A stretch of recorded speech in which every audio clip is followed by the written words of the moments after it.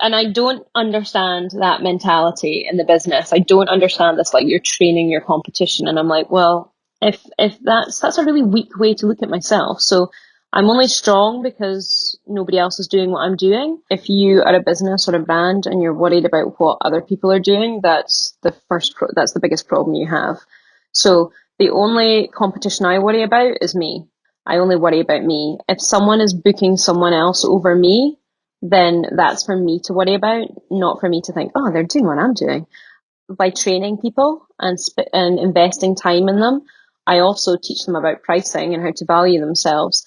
I only improve the overall market for everyone, and that includes me. The goal isn't to live forever. The goal is to create something that will.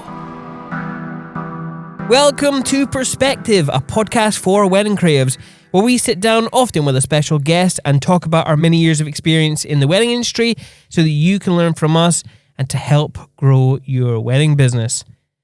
This is episode 2 of our 3rd season, and we're bringing on one of our favourite Aberdonian maternity, family and wedding photographers, Emma Lawson, to talk to us about expanding your business with associate photographers. I'm actually super excited about this episode because I love Emma so much. So I just want to get into it. This episode is, of course, sponsored by With Jack, and for a limited time only, Beans IE. So, Greg, what are we drinking? We are drinking some more beans from beans.ie, and it's the Cat and Cloud roasters again, same as last episode. And I've worn my Cat and Cloud hat today in honor of them. So cute. Because actually, I knew about this roaster for years because they did a podcast. Again, they're based out of Santa Cruz, California. They just seem like really good people, and they seem quite switched on business-wise. Yeah. And as a bonus, their coffee is amazing. It really is, yeah. It's awesome that Beans.ie managed to get some of their stuff to sort of deliver to the UK market, because when I bought this hat and the coffee last time, I had to pay all the import tax and stuff. Yeah. So getting it through Beans means you skip all that. It's great. Yeah, it is really good. So I'm actually going to remove my mask and just to... And it's a Guatemalan that we're drinking, Bella Vista. I just saw one of the listeners join in at that very slurpy moment. That'll be awkward for them. I do apologize. Oh, that is very nice. Yeah, so listeners, we do have a sponsor actually for this show. Because as photographers and filmmakers and business owners, we know the power of stories. And this Beans IE, they do too. In fact, they actually started because they knew there were so many stories about the world of coffee, but not just about the regions or the varieties, but about the people behind the beans, the roasters, and us, the drinkers. This is the most flexible coffee subscription that we've ever used, showcasing some of the top roasters around the world who bring something different to the table. Now, guys, if you're a regular listener to the podcast, you will have been listening to Greg and I talk about what we've been drinking at our podcast table for years. And now, you can join us. Curate your own monthly subscription from an ever-changing list of beautiful coffees, and because we love you guys so much, we've got a promo code for you. If you use Perspective15, you can get 15% off your first order. That's promo code Perspective15 to get your 15% off your first order. For coffees with stories sent straight to your door, Beans IE. Or Beans.ie, I should say. This is lovely coffee, but Emma, hello. What are you drinking? Hi. Well, it's embarrassing what I'm drinking by comparison. Yours was very highbrow, and I am drinking an espresso from a Nespresso machine. And to make it even worse, it's Starbucks pods that are made for the Nespresso machine. So, Yes. I know. I thought you were a good coffee I'm really drinker. lowering the tone. Well, it's convenience, Greg. Do you not have one of the Sage coffee machines? No, I don't actually. I thought you We had are one of looking them. at getting... No, actually, we're just looking at bean to cup machines, but they're such an investment that we're taking our time and thinking about what to get. But I'm on a bit of a health kick at the moment. So I used to be like, just now I would be drinking a oat milk latte or something. Uh-huh. But for like the last almost 2 weeks, I've just been drinking espresso because I'm cutting out the oat milk and I'm cutting out a lot of different things. So I'm actually really enjoying just drinking. I'm so used to having coffee with oat milk, and obviously it dilutes it so much. I'm actually starting to really enjoy just the flavour of the coffee, even though it is my generic Starbucks espresso coffee. Yeah. Well, you know, Emma, actually, so the coffees that we drink, like I remember when my mum came over and she asked for coffee and I gave her one of these coffees and she actually didn't like it just because she'd been so used to having her milky coffees from the supermarket or whatever. Like the coffees that we get from this subscription, they're just not like normal coffees, you know. They taste of fruit and chocolate notes and like just such a wide variety. You actually might like some of these coffees now that you're not putting stuff in it. If you're having it black or whatever, you might actually, you know. Yeah, I'm sure it would. And I think the more that because I've basically cut all refined sugar out of my diet, and that has really changed my palate. So, and I know this sounds like the sort of cringe things people say when they do things like this, but because obviously your palate becomes so accustomed to things being overly sweet, you're not so used to the flavor of things. So when I first started this, like I was drinking espresso and I was like, oh, it's so bitter. And I was just like, I was only drinking it because I wanted like the caffeine hit. And now I'm actually enjoying drinking it, and it doesn't seem bitter to me anymore. So it's interesting how your palate changes in like 2 weeks if you just stop eating sugar. Yeah. So 2 weeks, that's how long you've been no sugar? Nearly 2 weeks. So it's coming up for 2 weeks. So it's going well. And I just it's just lockdown life. It wasn't for any particular reason. I just was starting to feel really lethargic, and I wasn't as active other than going out for walks and things as I am when I'm working all the time. And I just wasn't feeling great. I just knew in myself that I was just eating for the sake of eating as well. So like I would just be bored and I'd be like, well, what will I eat now? And I wasn't hungry. So I've just completely changed like my approach to eating and food, and I only eat it, or try not to snack at all, and I only eat at specific times. And I'm also doing intermittent fasting, which is something I've done before and something I would have been doing this time last year. But when the first lockdown hit, I just stopped doing it. I just had no motivation to do it anymore, because I would just be like, I'd be making the kids like buttery toast at 8 a.m. in the morning. I'd be like, ugh, I'm just going to eat it too. Yeah. I know that feeling. But I know, because it's just there. And I was feeling, here's a good Scottish word, scunnered. Oh, yes. Because I know nobody, Scottish people won't know. If you need to be Scottish to know what that word means. I was feeling scunnered with being stuck at home, and I'm used to shooting weddings all over Scotland. So I spend a lot of my weekends away from home. And that's part of who I am. And I enjoy that. Like, I know some photographers hate being away from home, but I enjoy, you know, being at home during the week and then going off on an adventure at the weekend and then coming back on a Sunday.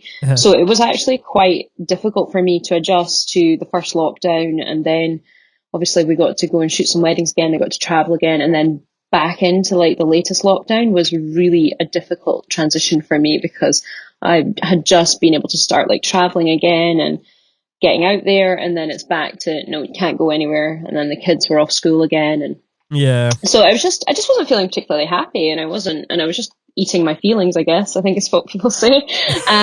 So I needed an intervention, and my friend Kelly, who is an oracle on all things health and fitness, because she has been involved in fitness like all her life, she suggested how I should approach it. And so back to intermittent fasting, cut out all refined sugars and starchy carbs, and just live a bit healthier. And I am feeling like 100% better. I wake up better in the morning. I sleep better. Yes. I feel brighter. I don't have that fog. She calls it the carb fog. Oh, yeah. Carb fog is gone, apparently. I didn't know that's what it was, but I don't have that like fogginess anymore. So anyway, I sound like I'm trying to sell. This is not a MLM scheme I'm trying to sell. Like, nobody needs to sign up. There's not like a £200 to pay now and you'll be a millionaire by the end of the month. It's just in case anybody thought this was a lead into a sales pitch. No. You save all your selling for your motherhood and photographers chat on Clubhouse, don't you?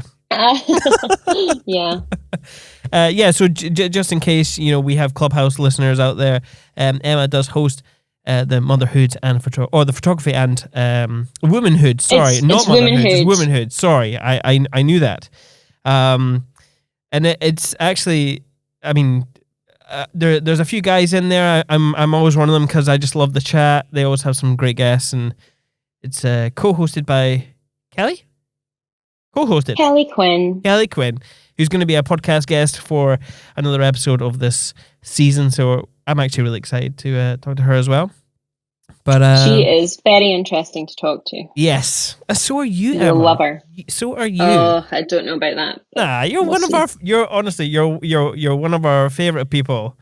You've got some great a lot chat. of my humor comes from swearing, so I presume you don't want me to swear all the way through this. So You can swear. My wings are already clipped because we don't mind. It's just whether your kids are nearby.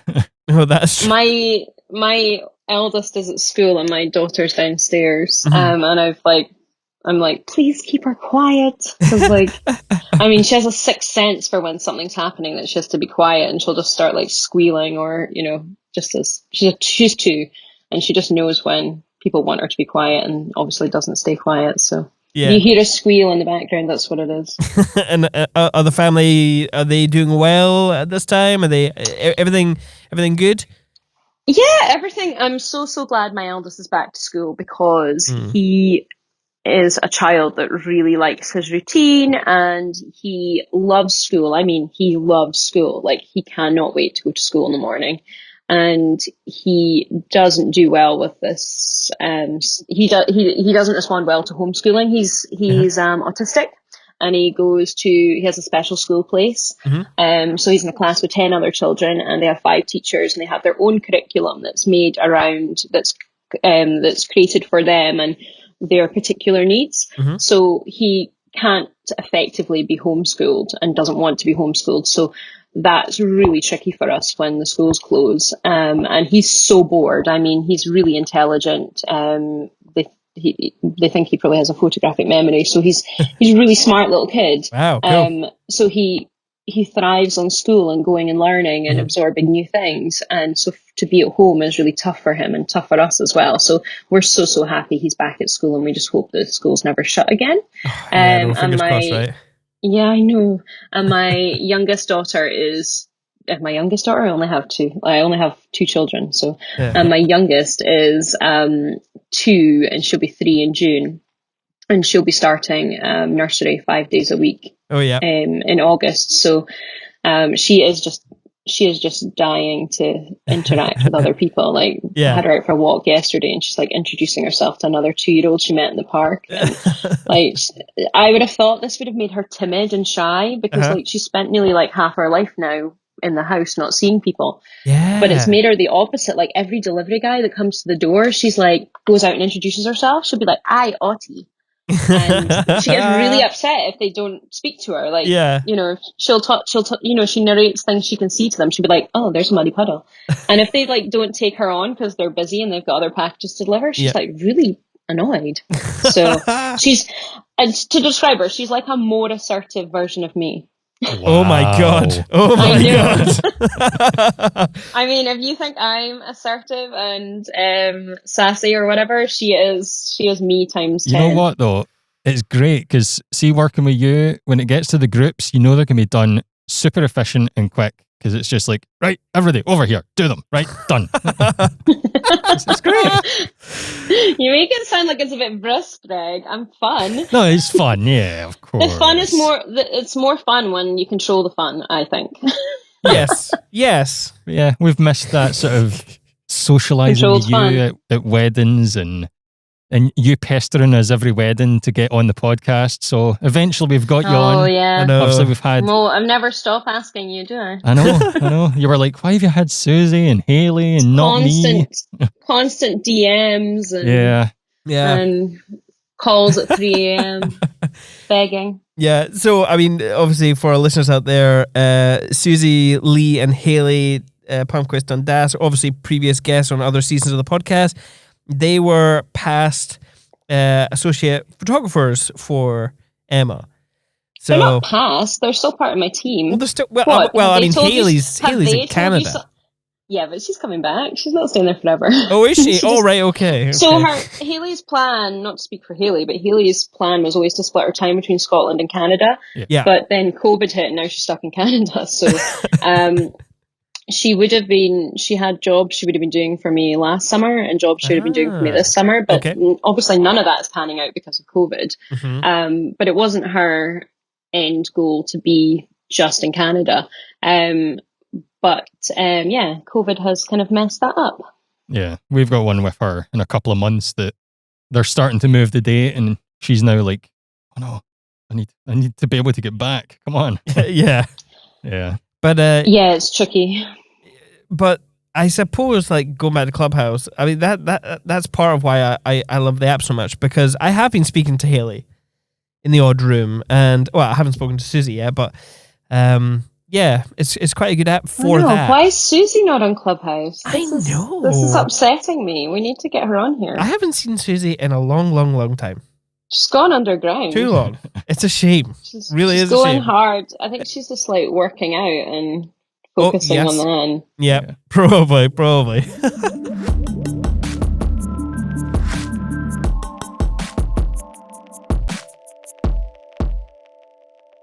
I obviously gave you a very quick introduction at the very beginning, Emma. But for those out there who don't know you, who are you and what do you do? I'm predominantly a wedding photographer, so the majority of my work is doing that. I am also a newborn photographer, which I have done for many years, and I photograph pregnant women and motherhood stories. I live in the northeast of Scotland, in a city called Aberdeen. Before that, I lived in Glasgow for 8 years, so it was a bit of a culture shock coming back to Aberdeen because we've been so used to Glasgow and everything that goes on there. I am married and I have 2 children. And I love what I do. I love my job. I love shooting weddings. I'm so enthusiastic about weddings.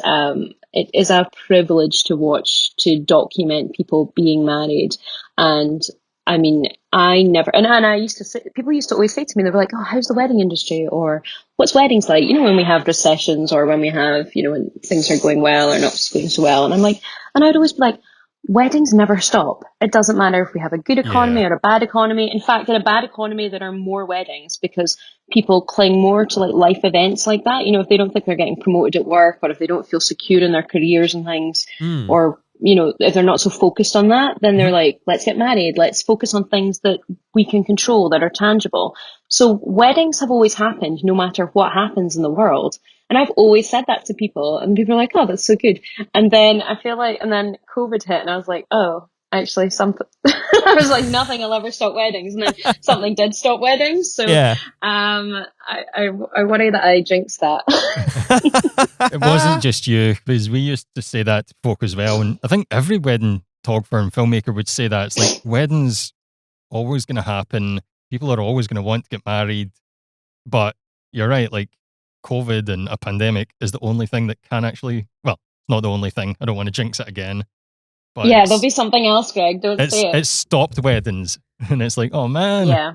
But I just never thought that we'd be in this situation. Yeah. You've had quite a long journey so far in the wedding industry, like ourselves. So how did it start? Take us back to the beginning. Very PC way of saying you're old, Greg. Did not. Yeah. So sorry. My plan was never to be a photographer. I mean, I always took a lot of pictures. Like on university nights out, I was always the girl with the camera, and I was always the girl who'd had the pictures developed, like, and then brought them into uni the next day. Because that was still when, obviously, this was pre-digital as well. Like it was still like getting them developed rather than like sharing them online. And I loved that role. I loved documenting nights out and then everybody's react. And I didn't really think about this at the time. Like I wasn't conscious of it, but I loved like showing people the pictures of the night out, you know, on the Monday at uni and you know, people's reactions to it. And they were like, oh, can I get a copy of this picture? That's so good. Like I would love that. So I always enjoyed taking pictures.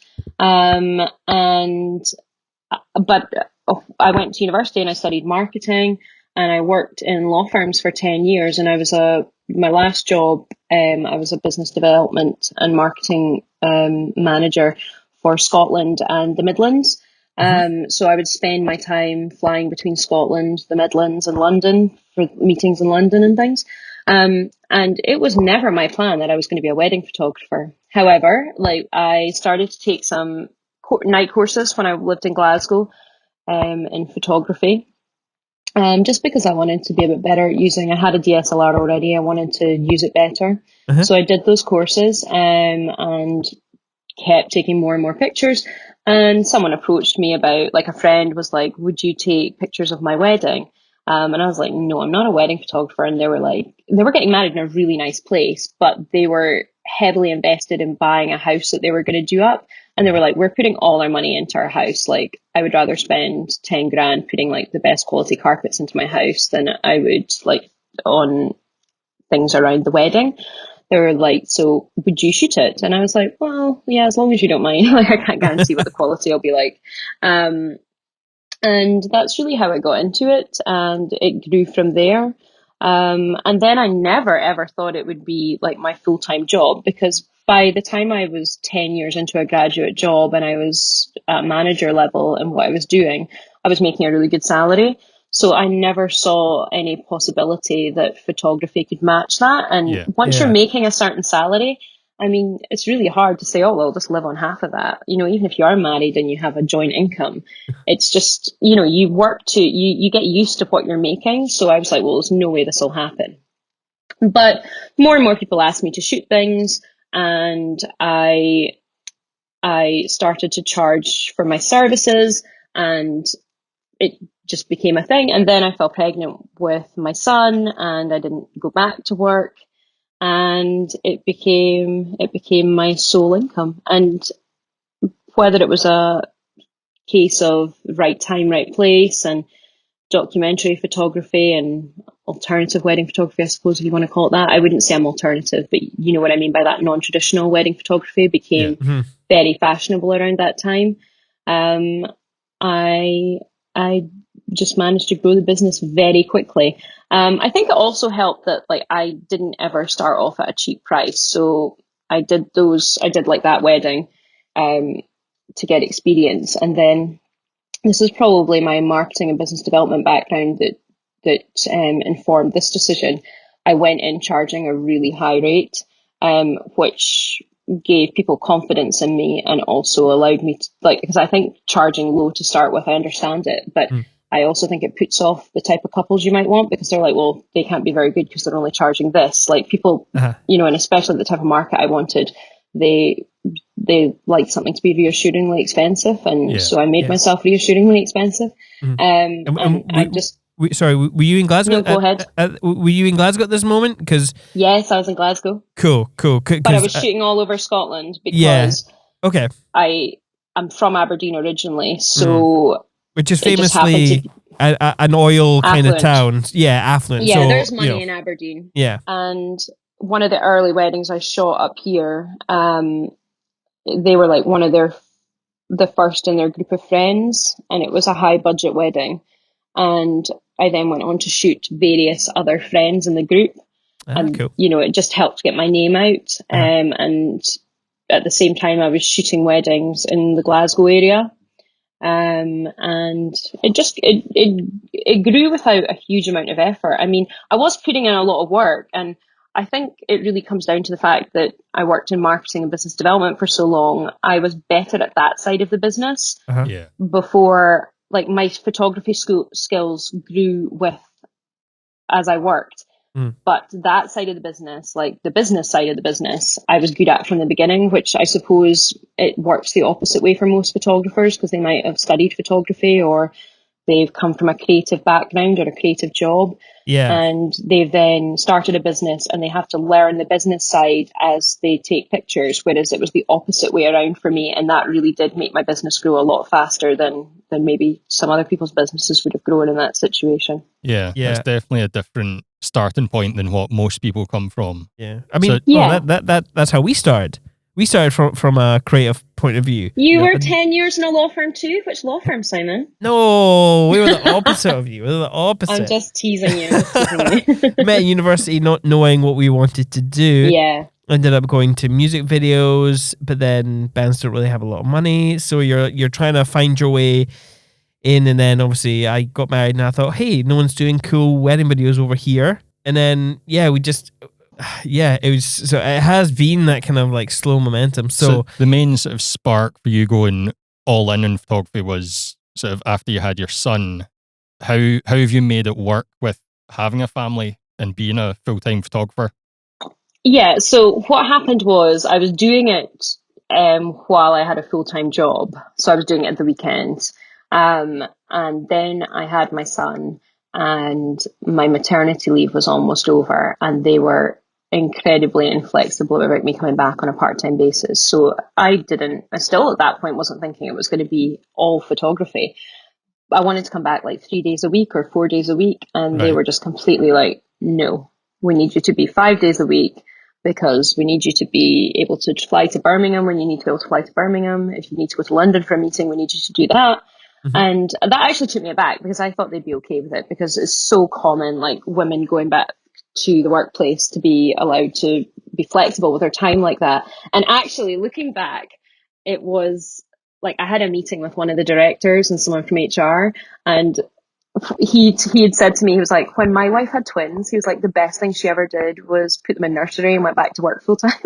And I'm just like, I bet the HR person was like, oh my God, you can't say that to her. And like, I probably could have made a huge fuss about it. I probably could have like taken them to tribunal or something, because like the way they were putting that to me, they were basically telling me the best thing for your child is nursery, like not you being home 2 days a week with your child. It was like, it was just a middle-aged man telling a woman how she should raise her children, basically.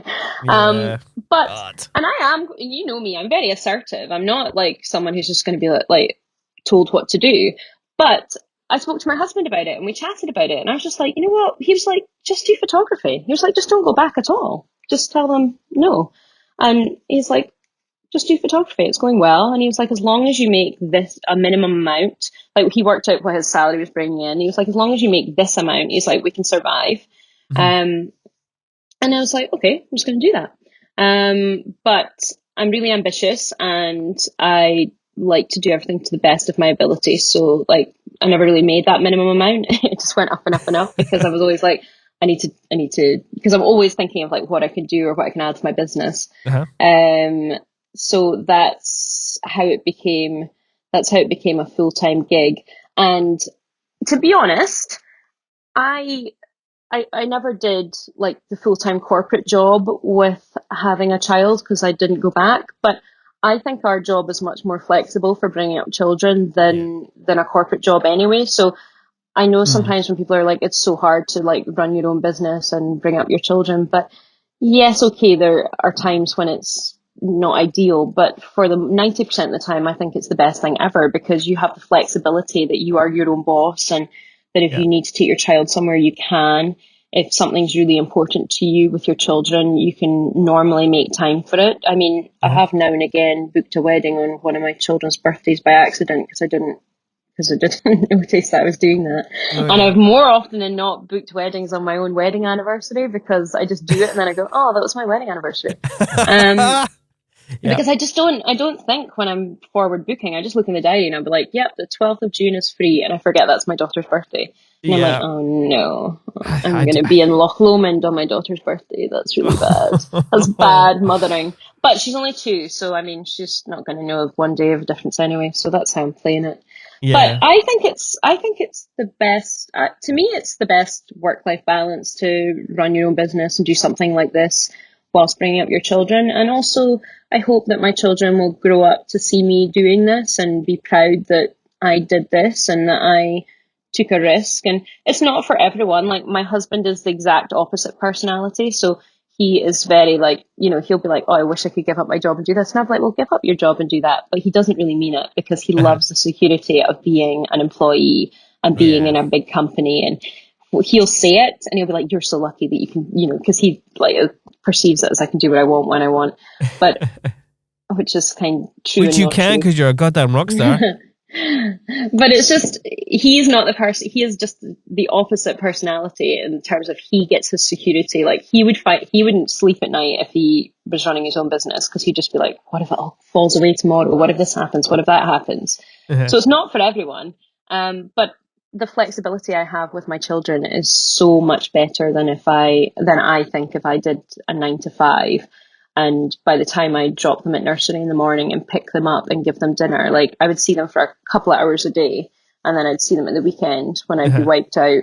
So to me it's no compromise at all. I'm Mhm. happy that this is the way I get to live my life. Do you have any tips for parents in this industry, like how to run their business? Like, what helps you run this business that you have with the kids that you have and your husband? You have any tips? Well, I am probably a really bad example of it, because I heard someone in Clubhouse talking the other day, and they were like, my approach is I'm 100%, I'm 100%. So if I'm with my kids, I'm 100% with my kids. If Yeah. I'm at my desk, I'm 100% at my desk. And I wish I could be like that. I am so bad for not being like that. Like, I actually have 2 businesses I run now, and a client will WhatsApp me or something will come in, and while I'm making dinner for the kids, and I'll be like trying to reply to that whilst making dinner. And so I suppose my tip is do what works for you, because that does not work for me. It does not work for my personality type. I am no good at like sectioning off my time and being like, I'm just like, I'll be writing an email while I'm sitting with Miles in the car in the morning, like while he's like while we're waiting to go into school, or, because he's doing his own thing anyway. Like, I'll take those bits of time. And actually, that's what I like about this job, that I can just take 5 minutes here and reply to an email, or I can take 10 minutes there to do something. Or when Uh-huh. I'm waiting in like the queue at Sainsbury's, I can respond to something and just get it done. That to me is the beauty of this job. But I know that doesn't work for everyone. And for some people with children, that would just totally stress them out. So I don't know if there's a right answer to that, or if there's particular tips. But Yeah. also, what I've always done, and I know some people wouldn't like this as well, is I do a lot of my work when the kids are sleeping. So Mhm. I often do, like, I try not to do it every night, and because obviously it's not great for, like, I wouldn't see my husband, but Yeah. I get a lot done. I'm a night owl. I get a lot done between the time my kids go to bed and say 10, 11 o'clock at night. Uh-huh. And I used to be really bad. I used to work till like 2 a.m. But I've stopped doing that because it makes me too tired in the morning. But I am hugely productive between, like, say 8 o'clock at night and 11 p.m. at night. Okay. So that to me is a good life balance. Like, I can get a lot done while my kids are sleeping. Uh-huh. And I'm happy to do that. And I don't do it every night, because sometimes I'm going to watch, like do some binge watching with my husband of like whatever sci-fi thing we're watching, because we're Oh yeah. geeks. Um, but it just, that suits me. And so, yeah, I guess I don't have tips, because I don't know that the way that I run my life would be attractive to anyone else. It would probably seem like that sounds awful, but I was it I was works for totally me, and I like the expecting flexibility of it. I was totally expecting you just to answer that question by hire a VA. Well, well, to be honest, that is how I make my life work as well. I have become good at delegating things that I don't need to do. So I have a guy who does all my IT. So anything that's to do with my emails or my website or maintaining anything that I have in the online world, I have a guy on retainer who calls himself the IT geek. And he like manages my hosting, he manages my emails, the website. Like, he has a copy of both my websites. And so, for example, if someone hacked my website and it came down, he's got a static one he could put up within 2 minutes while we fixed whatever happened. So I have I never have to be that person that's like writing in a group like, oh my God, my website's been hacked, what do I do? And I can't get someone like who, if you're hosting it, like I can't get anyone from the hosting company to help me and I don't know what to do. I don't have that stress, because I know that his name is Ian. Ian will deal with it. Um, I have somebody who does retouching for me. So I do all my own editing. But if something is going to take me longer than 2 minutes in Photoshop, I just send it to my retoucher. because he is faster, more efficient. It's a better use of my time. Like, there's no good reason for me to spend 15 minutes doing something in Photoshop that he can spend 2 minutes doing in Photoshop, and I can pay for that service, obviously, but it's not a good business decision. And I think, I think that comes from my business background, that I can see where my time is better spent. And my business has been successful, is successful, and it's profitable because I don't waste my time doing things that I'm not the best person to do. Yeah. I mean, I have fallen down that hole before. And as you say, I have a virtual assistant who has totally changed my life. And I've dabbled with that before. I've had people help me with the admin before, and it's not worked out as well as this time. But this time it's just brilliant and it's life changing. But yeah, between that, associate shooters, and getting people to do the things they're best at, that's, I guess, yeah, you're right. That is a tip. There you go. Yeah.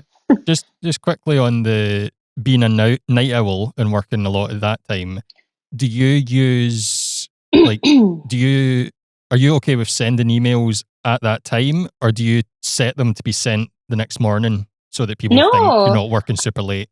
I always do that. Like, my clients, I joke with my clients about that. Like, they always get emails from me at like midnight. Just because I know some people are like, oh, I don't want them to think I'm available at that time of night, so I'm going to wait and do it in the morning. And there's apps that you can use to sort of do that. Yeah, you could, but I mean, it doesn't make me, nobody then calls me at midnight or, no, I do that all the time. I always joke with them. I'm like, you always get like emails from me really late at night because that's when my kids are sleeping. I mean, no, not at all. Like, it doesn't bother me at all. Like, and it wouldn't occur to me to schedule them to go out the next morning. But yeah, I can see why people would, because they want to set their boundaries very clearly, that like and actually I understand that completely, and I've advised people to do that before as well. Say you only answer emails between 8 a.m. and 8 p.m. and then people don't have an expectation they're going to get a reply from you if they email you at 10 o'clock at night. But it's just not how I work. And if I want to reply to something, like if my wedding clients don't WhatsApp me, but my wedding planning clients do WhatsApp me, I have WhatsApp groups for them. So if they WhatsApp me at 10 o'clock at night and ask me a question like, oh, can you remind me if we're allowed to do this at the venue, or if there's a restriction around this? If that's like a 2-word answer or a 3-word answer, it's just going to take me 2 seconds. I just reply and answer, because makes sense. Yeah, and I mean, but then I don't feel there's an expectation that I do that every time. Like, if the next time I don't message them back until the next day, that doesn't bother me. And I know that I keep everyone happy, and customer service is something I'm quite good at. So, but I don't put too much thought into that, actually. I always worry when I'm sending an email at night, do people out there think I'm expecting a reply? So I always have a little caveat right at the bottom of this email, like, don't feel you need to reply to this. Please don't. Wait till the morning. Oh, I never write that. I just assume they won't see it until the morning. That's just me, though. Yeah, email. I just don't think like that. Maybe it's my personality type. I just don't think about it from that point of view. I just think about, like, I've given them the information and they can reply when they want. Yeah, that's funny. I suppose because they're my client, I don't think there's any need for me to tell them what they don't need to feel the need to do, because they're paying me, not the other way around. Yeah. Well, okay. So you mentioned that your business is profitable and all that kind of stuff. I think because everyone runs their business in such a different way. It's actually really interesting. But I want to know, how many weddings, how many shoots do you shoot? Like, what do you actually offer your couples? Like, give us a kind of gist about what you actually put out there into the world. I shoot usually on a usual year about 40 weddings a year. Okay. And those are a combination of weddings that I shoot on my own, or I shoot with one of my associate team as a second shooter. So most of my couples still want 2 photographers at every wedding. Some want just me, which is fine. That's how I started out. I didn't have second shooters when I first started out. I deliver a digital package, so they get all of their images and high resolution files, which they can download. My virtual assistant then sends them a box out afterwards with prints and little gifts that we've picked out. So it's predominantly things that are like my favorite things, like my favorite chocolate, like the bare bones chocolate in Glasgow, and local produce that that are my favorite things, and we fill the box with those things for them as a thank you for using us. I shoot on a normal year. I shoot 2 or 3 newborns a month as well. And the reason I only shoot 2 or 3 newborns a month is because I used to shoot a lot more, but it's just the logistics of fitting them in because of all the due dates change. Like, so some women will have their babies 2 weeks late, some women will have them 2 weeks early, some women will be right on time. I try and cap it at 2 or 3 a month just so that I'm not struggling with capacity. Those shoots are really intensive because you're with brand new parents, and I'm photographing the babies as naturally as I can, and that requires like spending a bit of time in the home and building a relationship with the parents. And it's just a lengthier process than like doing a portrait shoot, a standard portrait shoot. But I love doing that, and it's an absolute privilege to be in everybody's newborn bubbles with them and just spend, because they talk to me in a way that they don't talk to their family, or because you're just this person that's coming into their house, and they can tell you about if their in-laws are annoying them and they've been around every 5 minutes with a casserole, they just want 5 minutes themselves, or the opposite, they haven't come around and helped and they just want to go for a sleep, and why won't they come and help? Or they can tell you all these things because you're not part of the family, and you're not a health professional either. You're not like the health visitor coming in. So they feel like they can talk to you about stuff that they can't tell the health visitor because they don't want a health visitor to judge them or tell them they shouldn't be doing that. So that's a really rewarding part of my job. I shoot maternity and motherhood as well. So sometimes mums want to be photographed with their babies when their babies are a bit older, or their children when their children are older. And I do maternity for women who are expecting, just so that they can document that journey, because it's such a unique time in your life and you don't do it that many times in your life. And if you're lucky enough to experience pregnancy, and whether you have a good pregnancy, and there's no such thing as a good and a bad pregnancy, but whether some women love it and thrive while they're pregnant, and other women find it more challenging. But it is a totally unique time in your life, and it's a wonderful thing to have documented. So it's a real privilege to do that as well, and to just be in this bubble with women while they're have this belly and this baby in their belly. Like, it's a really unique, it's such a unique thing to have this baby growing in your belly, that, this little person is going to be in your life forever, and you don't even know what they look like yet. It's just such a crazy time. So, you can probably tell from what I'm saying, I love my job. I love being a photographer. Like, I love people, and I love working with people, and I'm genuinely very interested in people. And I can, I don't feel awkward coming into someone's home when they just had a newborn 7 days before, or 14 days before, or however the time frame is. I feel at ease doing that, and I ask them lots of questions. And actually, this comes from my background in marketing, business development as well. Like, I used to train people on how to network, and everybody thinks you network, like, it's people's natural inclination to network. They're thinking, okay, I'm going to go into that room, and this is the person I want to talk to, and I need to tell them all the things I'm awesome at. So I am a tax lawyer. I need to tell them all the things that I'm so good at, and that case that I just worked on. And it's like, that's not how to network, and people hate that. Like, just go in and ask that person questions. People like talking about themselves. And then when you have something interesting to interject, when they tell you like something they've been doing, you'd be like, actually, I just worked on a case and it had a similar thing to that. And what we did, this was the solution we found to that. And that actually is something that's useful to them, opposed to just walking into a room and rattling off all the things that are awesome about you, which is how people assume they should network. And that, to me, is how I use that exact same way when I'm doing like my client meetings or consultations. Like, I never take anything with me. If a couple wanted to meet me before they book me for their wedding, or if they want to Zoom with me now, like, I know that some photographers will take sample albums, or they'll have a laptop and they'll be like, watch my slideshow. I just don't agree with that method. I just sit down and I'm like, tell me about your wedding. Tell me all about what you're excited about. Tell me all about what you've got planned so far.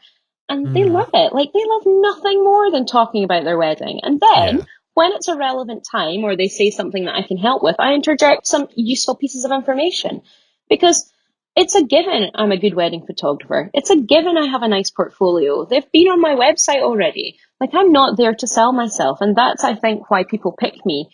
in lots of situations, because I am not there giving them a hard sell. Like, I am there essentially, they're telling me about their wedding. I mean, it's not the other way around. They're not selling their wedding to me, but it's because I'm not there being like, and I'll give you this, and I'll do this, and I'll do that, and this is how I approach this, and this is how I approach that. Yes, of course, if they want to know certain things, I'll tell them that. And if they have questions, I'll answer their questions. But I put, like, the first thing I do is put it back to them and be like, so tell me about your wedding. And I don't think that's their experience generally. Their experience is someone sits down and goes, okay, here's my slideshow. We'll watch this on my laptop. And then I'll tell you about how good I am at this and how many weddings I've shot and what I like doing. And I understand why why people want to do that. But I don't think it's not how you train people in the corporate world to sell. And it's not how you train them to network. So I think it works for our industry too. Yeah. That was one of the things I learned quite early on about the client meeting. Is just they want to talk about their wedding. They want any excuse to talk about their wedding. So you just ask them questions. If they're excited, they'll talk about it. And they are excited because it's their wedding and they're investing. They usually have a huge financial investment, but they have a massive emotional investment. So they will talk about their wedding until the cows come home. Yeah. And they quite often don't know what they should be asking you. Like they might come to a client meeting and be like, I know we should meet you, but I don't know what to ask. I like your work. So it's good just to be like, don't worry about asking us questions. Just tell us about your day. I love when a kind of nervous couple come in and we just like, you know what, guys, do you want a drink? Do you want to just chill out and chat? Just talk to us. Like, it's like we're the non-judgy friend who's going to give them advice if they ask for it. Yeah, it's kind of cool. Yeah, and actually a lot of stuff comes in at that conversation as well, because they'll say, this is what we're planning. We're thinking, my mum thinks we should get married at 3 p.m. I think that's a bit late, and you give them like the confidence to push back on things like that as well. Not that I'm saying the mums are wrong, but as you know, it's quite an old-fashioned thing to get married at 3 p.m. in the UK now. It used to be what everyone did in our parents' generation, but now people want to maximize their wedding days. They want to maximize light, but they also they're spending a fortune on it. They want to maximize those hours that they're actually at their wedding. Like, why would you want to maximize getting ready time? Like, why? Like, I want another 2 hours of getting ready. Like, you want the 2 hours you want those 2 hours to be with people and actually enjoying your wedding. So and with your partner as well. Yeah, totally. I always found that weird at weddings where you spend half the day apart. I know, it's peculiar. But it was how weddings used to be. And sometimes, like, when they're talking about that, and then you give them the confidence, you'll say, well, like 90% of the weddings I shoot now happen between 1 and 2. And like, that's really helpful to them, because they can be like, well, we met with this really good photographer and she said 90% between 1 and 2, mum. And she gave us this reason. And like, the mums probably are like, oh, we hate her.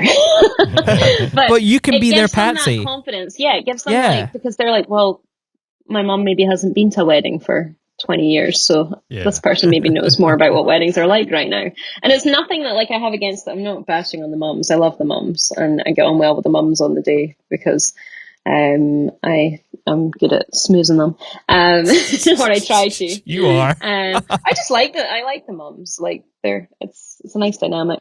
But yeah, I think that we have a lot of value to add at those type of meetings and those type of consultations.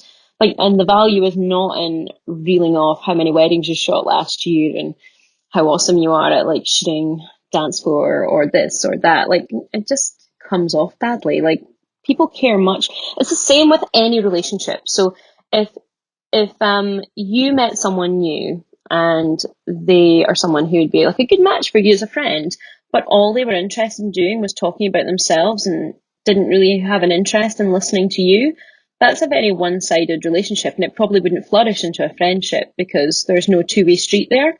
And it's the same with business relationships. Yeah.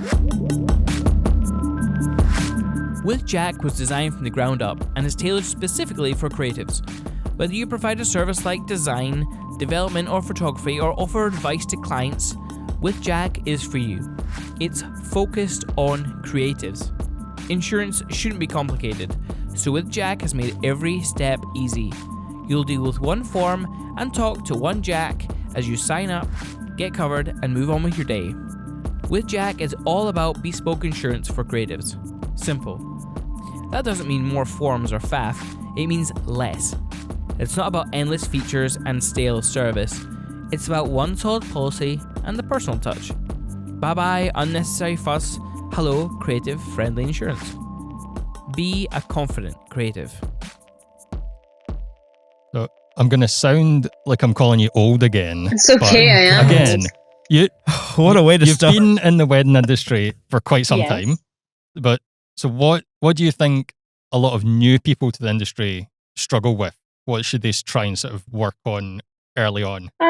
I think that what I see with people coming into the industry is that they want to jump like too far too soon. So, but what I mean by Right. that is when I started, I contacted a photographer I knew, and she had photographed my brother's wedding, and she's quite well known in the Aberdeen market. And I was like, please, can I come to some weddings with you? And I'll literally just hold your bag. I'll run and get this for you. I'll do that for you. I'll do anything I can to make your day easier. And you need something, I'll go get it. I'll get your water. I'll do anything.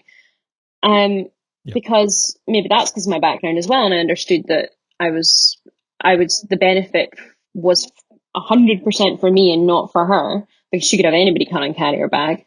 I get a lot of inquiries from people who'll be like, I love your work. Could I come and assist you or shadow you, because I want to learn about wedding photography, or I want to improve my wedding photography, or I would like to see how you approach a wedding, or I would like to see what a wedding day flows like, or I would like to see how you shoot it. So do you see what I'm saying there? It's a lot of I would like, or this would benefit me because of this. And it's Yep. Yeah. just, I don't know if it's because of my background before, but I understand that that's not an attractive proposal to someone. So if you want to come and shadow them or assist them or get on their team for second shooting, tell them what you can do for them. Tell them how you will help them. Tell them how you will add value to what they do. Don't write an email, and start off obviously by like just as a courtesy saying, I love your work, and like that's fine. Like I'm sure they do. But it doesn't fly when it's like, I love your work, but please can you help me improve my career by showing me how you shoot a wedding? And I have Yeah.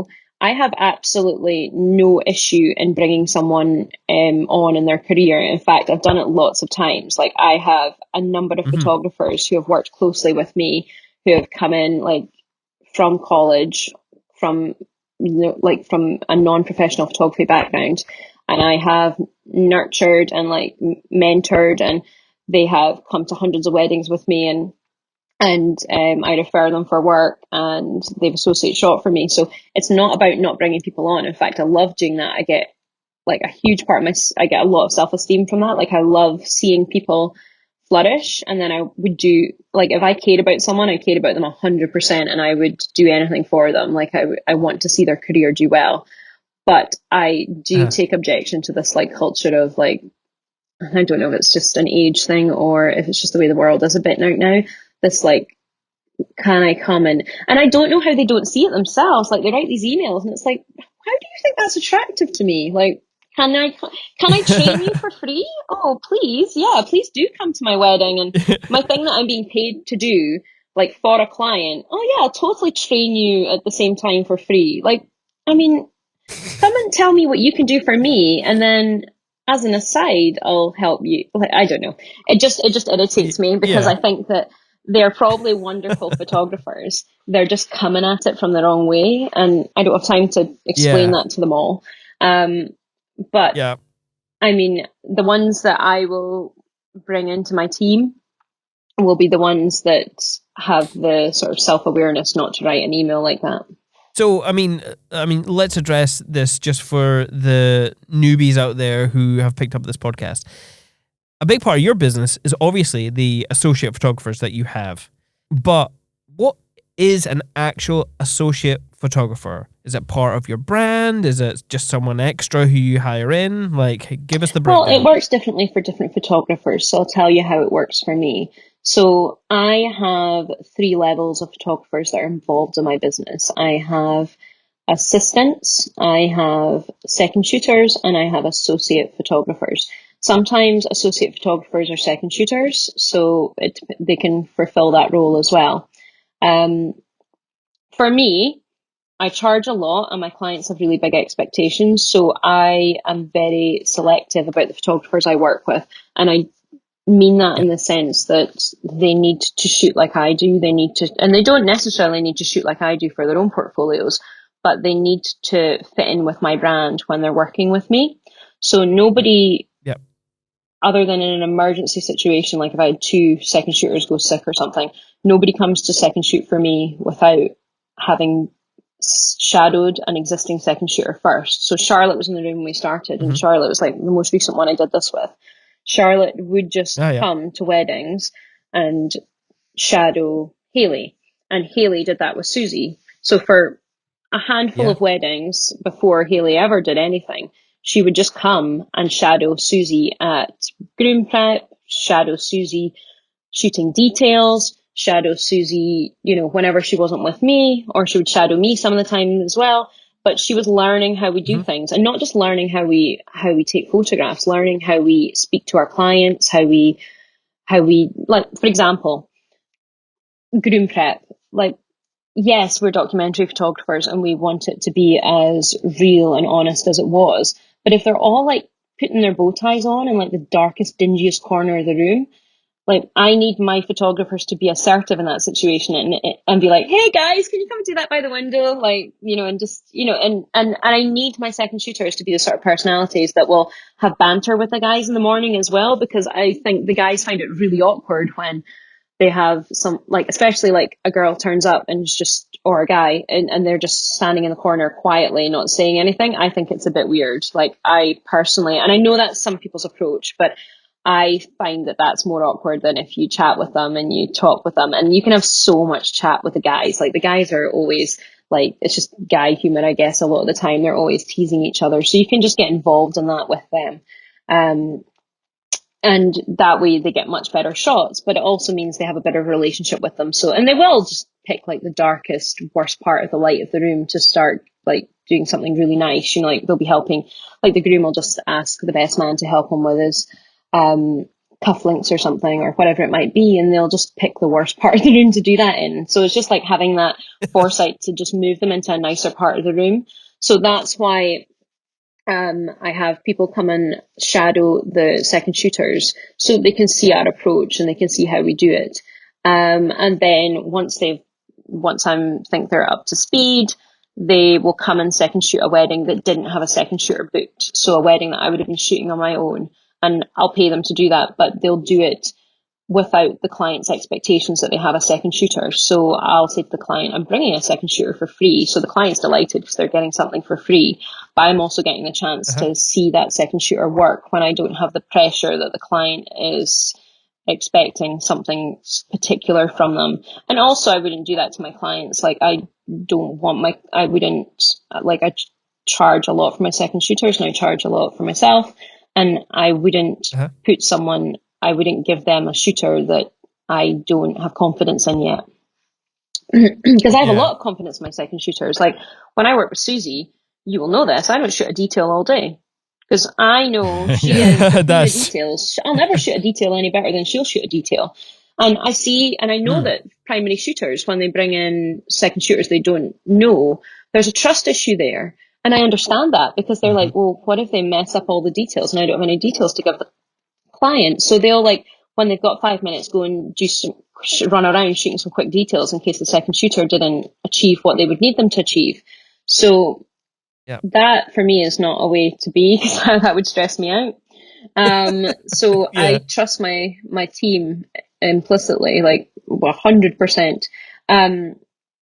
So they will work their way up to a full second shooter, and then once they have the experience to do that, and I know they've done that in a couple of weddings where they were not paid by the couple to be a second shooter, they can then get paid gigs as second shooters. And I have a schedule, like usually what I would do in non-COVID times is like in January every year, I have the schedule and I run it by them all and they all put their names against the weddings they want. And there's flexibility because these are all elite level photographers. I got that word from Philip White Oh, yeah. when I was listening to his, because that really, I'll go back to that, but that really interested me, that word he used. They're all elite level photographers who shoot in their own right. So they might book a wedding short notice and they can absolutely say to me, hey, I was going to be working with you that day.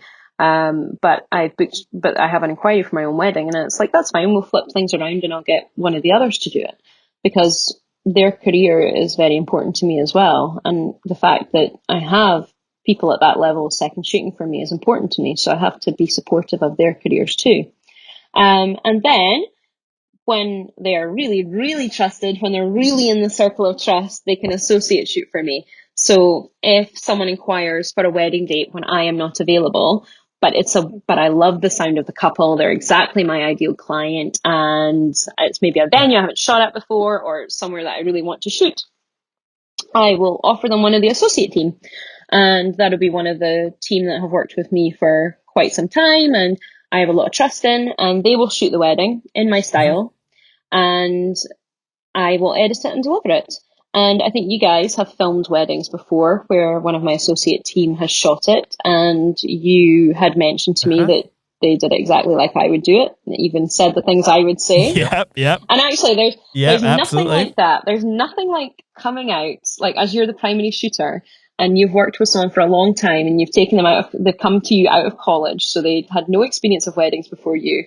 And you come out, like, and they're organizing, like you were doing something inside and they're organizing the guests to throw confetti, and you're listening to them and you can just hear your own lines, like the things that you would be saying to the guests at that point, you know, like, you've heard the things I say the same things all the time.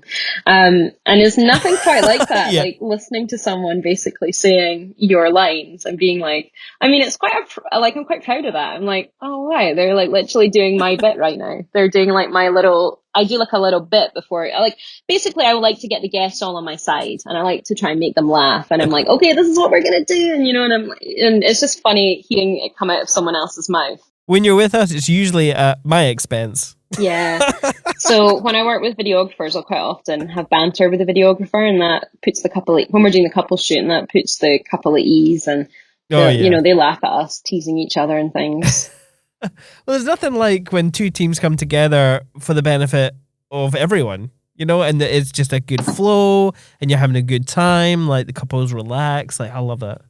Yeah, and I mean, I actually find it really difficult working with, say, a videographer that's really silent. And I know that's some people's style, like they just want to be totally silent, because I almost feel like it's a bit awkward because like I can't be. I just want that like banter with them because it makes the couple laugh, and then that's half our job done, because we have a natural couple walking along, laughing, and like, you know, I just think that's part of our job when we're doing it. So like I'm always like, and if it's a non-bantery videographer and then I tease him and he doesn't say anything, it just looks like I'm being really mean to him. You're such a bully. I know, and it's just like, oh, thanks, dude. You didn't even respond to that. It just looks like I'm like bullying you in the workplace. Yeah, well, I quite often have to remind people, like whenever I'm in the womanhood room, that we have a very sarcastic sense of humor over here, so don't think Emma's bullying me. It's just part of the banter. Is that why you say that? Yeah, of course. I don't want people thinking bad of me. She actually does hate you. Oh, well, you know, she tells me often. It's my face. I've just not got a likable face. That's why I'm doing podcasting. I do really like working with you.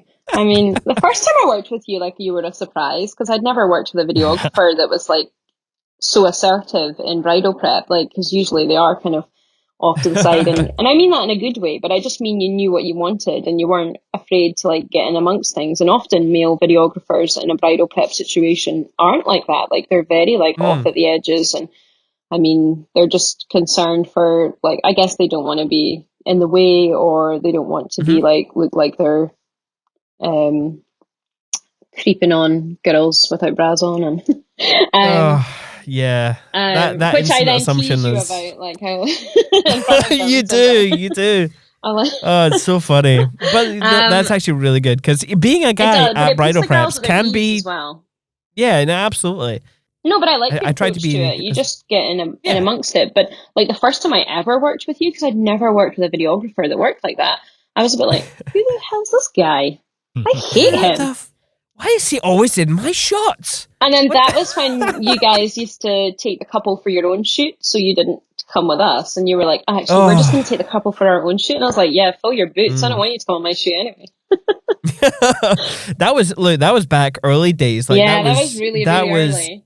That was before we were part of any communities.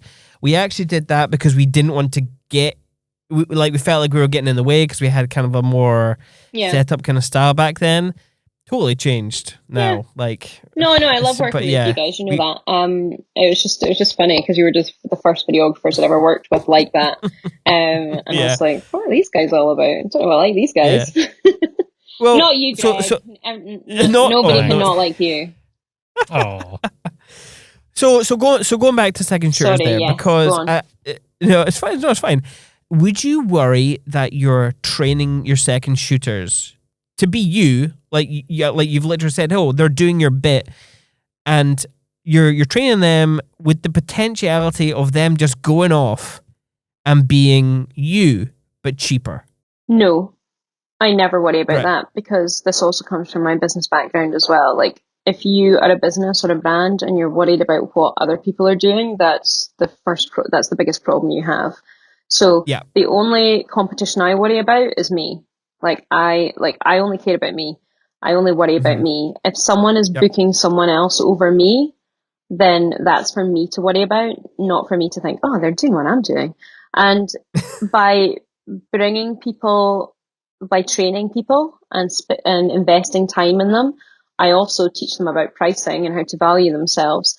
I only improve the overall market for everyone, and that includes me. So if I train someone and I train them in my style, like they'll always do it their own way anyway. They'll not want to be a carbon copy of me. And they're usually younger than me as well, so they'll be like, "No, she's old and boring.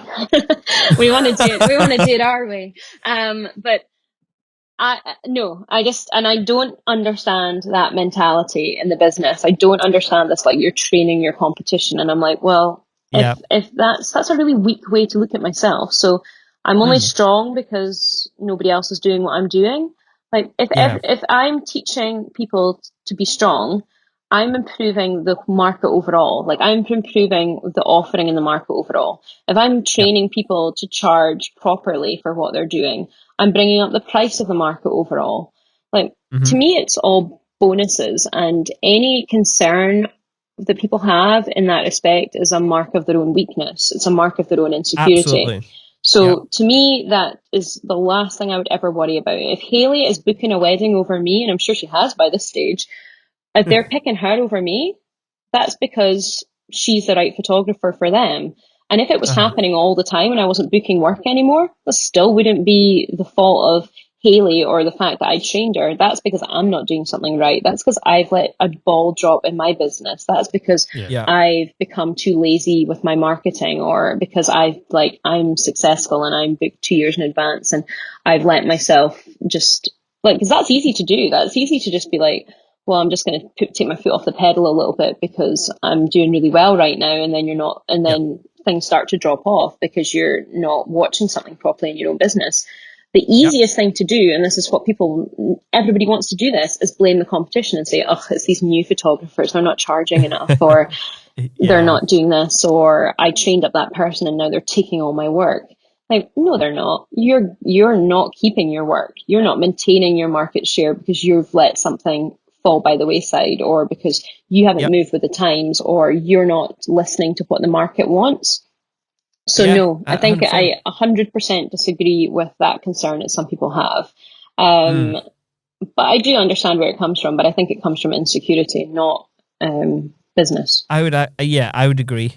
So in planning the season ahead, there's been a lot of people that we've looked at to do with mindset, and that is, we are very much community over competition over here. But I know that is a big thing that people kind of worry about, and it really does stem from the lack of self-belief for their business. Yeah, I think it's a real problem we have in the industry, and it's because people come from, I think creatives often second guess their work or have just don't have the confidence in themselves. And it's really common Yeah. amongst creatives. And it's not that like I always think I'm the best at everything.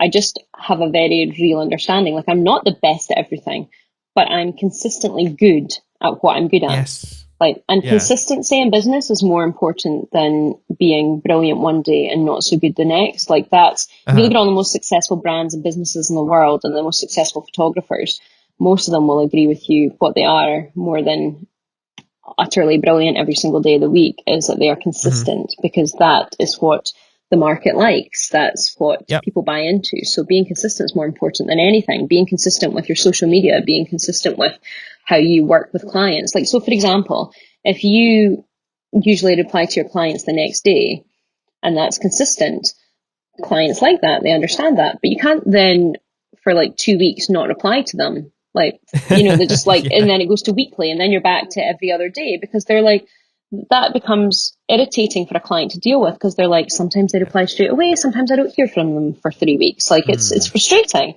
So Yeah. consistency on every aspect of what you do, not just how you shoot. Because I always say this, and I am always aware of this, when I turn up at a wedding, it makes no difference how nice the wedding I shot the week before is. It doesn't, if I could have shot the best I ever shot the week before, like that, it could have been like, oh my God, I will never shoot this well again. Like this was, everything was right. The light was right. The couple were right. I was in the right places at the right time. I nailed every aspect of everything I did. But what does that matter when I turn up at the next wedding? All I've got is empty cards and huge Yeah. expectations from the client. So Yeah. you have to go into each one and 100% consistently. Yeah. Be reliable, for goodness sake. Be reliable. Yep, I agree. So, I mean, we have spoken to other photographers who have just been, you know, I feel like they've maybe not even seen that they were in this situation, you know, where they have the need to expand their business, but they just don't, from that fear mindset that I was talking about earlier. But for the people out there, like how are they going to know when to expand their business with associates? Well, I think it's a very personal choice, and I hear a lot like I'm too much of a control freak and I can't have anybody else shoot for me, or I can't have, I mean, it implies that like you're like that you think that you're so far ahead of anyone else that no one could do what you do. And I think that for most people that's not the case. Like you could work with someone and have them shooting at your standard. You know, like we all work, like if it's an elite level photographer, I love using that term now that Philip White taught me, elite level. Um, No. and because he made me think about it, because he was like, I have different second shooter types. I have ones that are like cost this much, and then I have elite level ones, which are like people who are as good as me. And I was like, oh, that's interesting, because I would say all my second shooters are as good as me, so they are elite level. Like I don't have ones that are like, you know, he was saying he has ones and he sometimes doesn't use any of their footage because it's not good enough. Um, Yeah.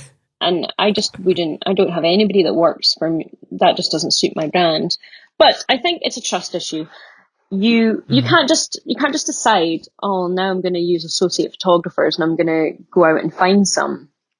Like it needs to be somebody you've either worked with, or bring them on to second shoot with you first, or you know, develop a relationship, because there has to be a level of trust, and you have to know that they will represent your brand in the way that you would want it represented at a wedding, and that they will work with your clients in a way that you're comfortable with. You know, it's, if they're going to go out and shoot under your brand, you need to have a huge level of confidence in them, and that comes over time. So like Susie, for example, I know that Susie can go out and shoot under my brand, and I'm 100% confident in that. Haley can go out and work under my brand. I'm 100% confident in that. Charlotte can do the same, because they have spent how many hours have they spent with me? Like, it's a ridiculous amount. How many weddings have we shot together? So it comes from that. So I think it's a long-term project. It's not like how you can just be like, well, I'm ready and I'm going to do it now. Like, if it's something you think you want to do, you need to find the right person to bring on. And Charlotte started off as an assistant, and Haley started off as an assistant. So it's a journey. It's not something you're going to achieve in a month. Yeah. Yeah. You mentioned the word find a few times there. So how do you find the right sort of assistant or second shooter for your sort of brand, what's the sort of main things that you're looking for, Yeah. and like where do you then find them? Well, sometimes it's been luck, and sometimes it's been me approaching someone. So, with Susie, Susie I met in a online Facebook photography group, and I asked her to come and second shoot something with me. And we hadn't really met, and I didn't actually know Susie's background at the time. I didn't really appreciate how many weddings she'd shot or how experienced she was in her own career. But we clicked in terms of how we worked together, and she actually, this is a really good example of how she'd actually not shot that many weddings on her own at that point. She'd only shot about 5, I think, and I didn't know that, and I hadn't asked and now I would ask those things, but I didn't at that point because I was starting out in my career more. And Susie, this is such a good example of Susie's work ethic and why Susie got a lot of experience when she did, was because the first thing she said to me after that wedding is, do you have any weddings that don't have second shooters booked? I'll come and work with you for free on those ones, because I just want to get tons of experience under my belt.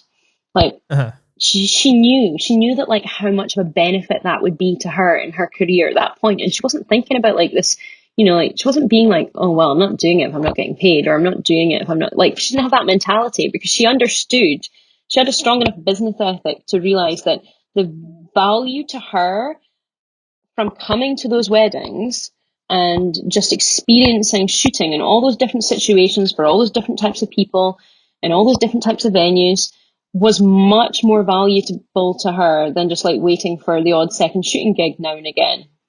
So that year, she came to tons of weddings with me that hadn't booked second shooters. And also, because we had a good relationship, any images that I used of hers, I was happy for her to use in her portfolio as well, because, like, why wouldn't I be? Yeah. Like, I don't really understand that from primary shooters either, when they won't let second shooters use the images. Like, if I used it, I'm happy for them to use it. Like, I wouldn't let them use anything I hadn't used, because if the couple saw it, they'd be like, why didn't we get that picture?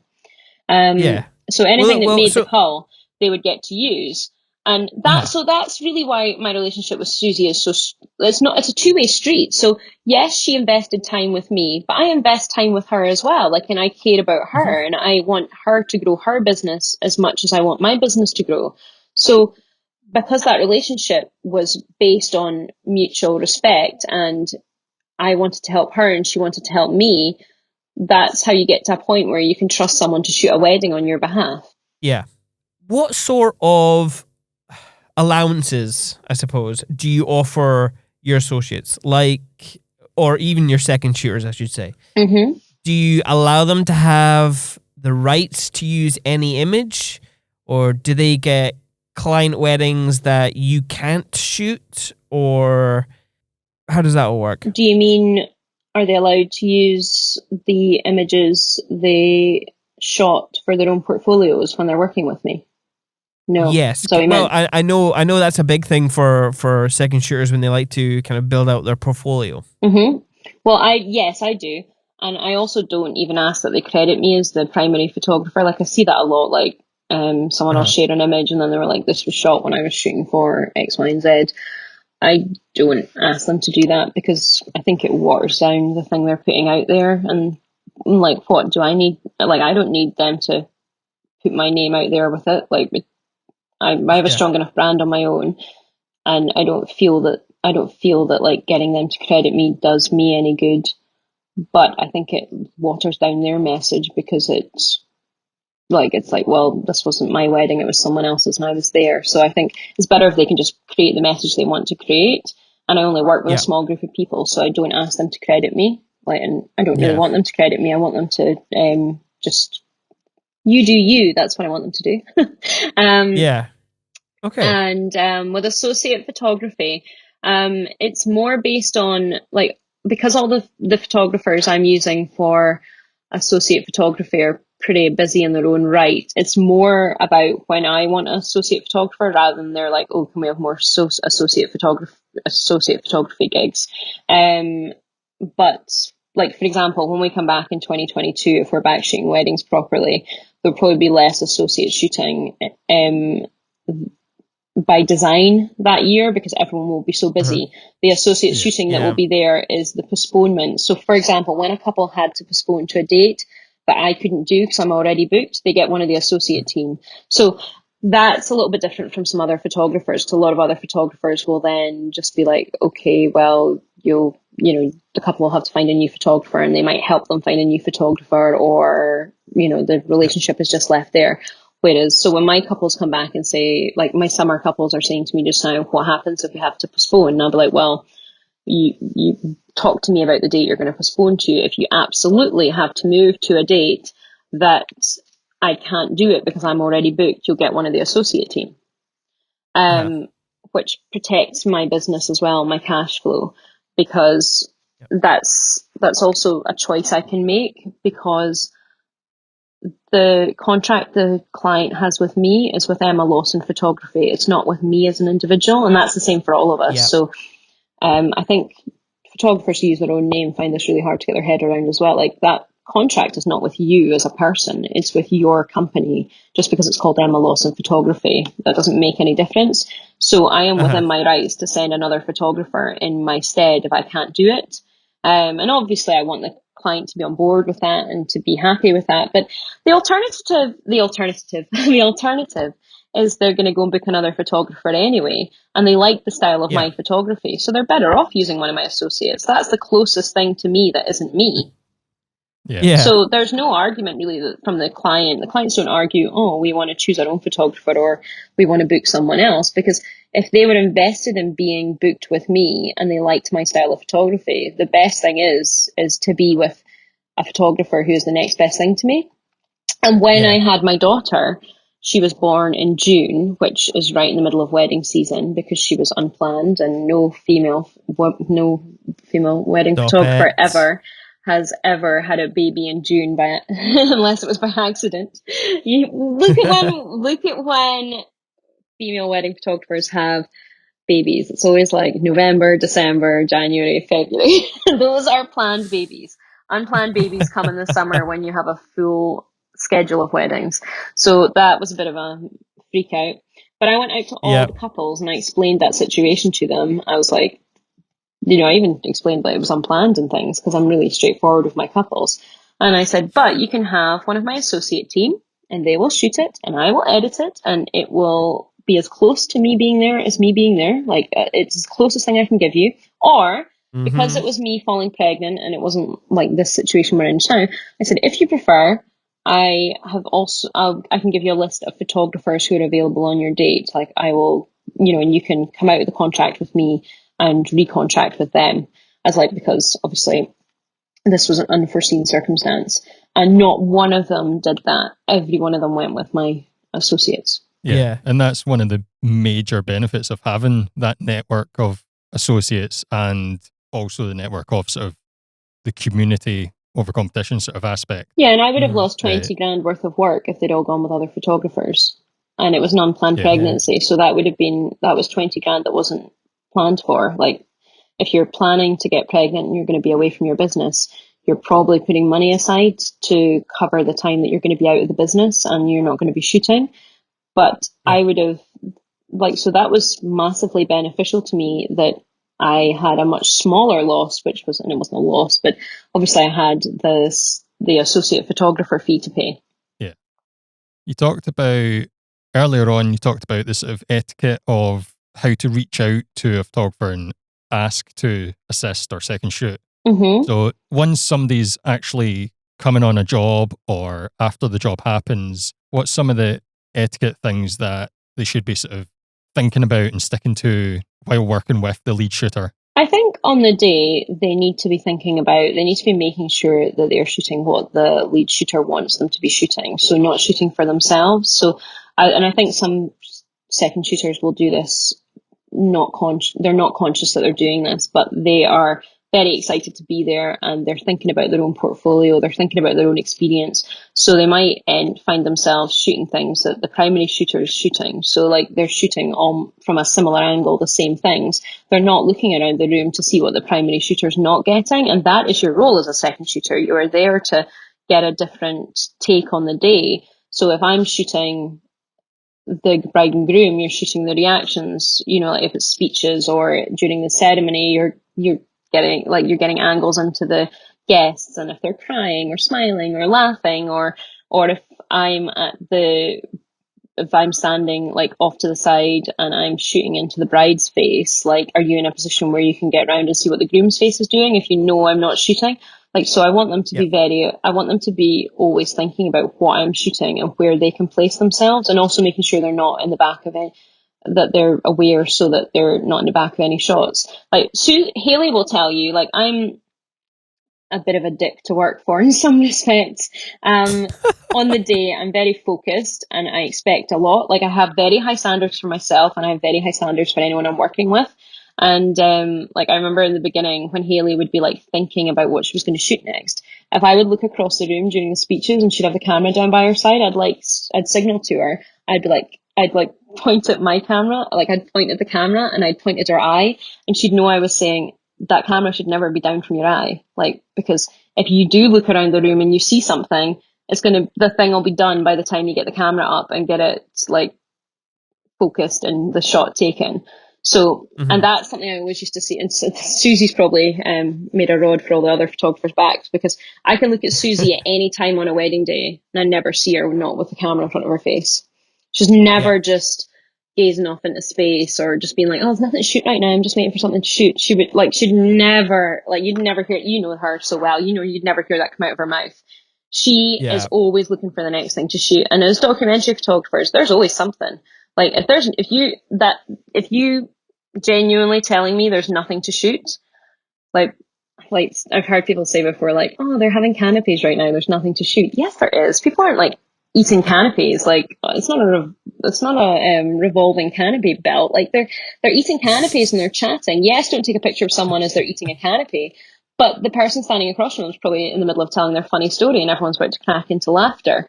It's about standing on the periphery of all these conversations and all these little things that are happening and being ready to take the shot. So, and in terms of second shooter etiquette, like, you need to come to the wedding and be 100% focused on capturing those things, and especially when the primary shooter's shooting something else, because you are there to capture what they can't capture when they're somewhere else.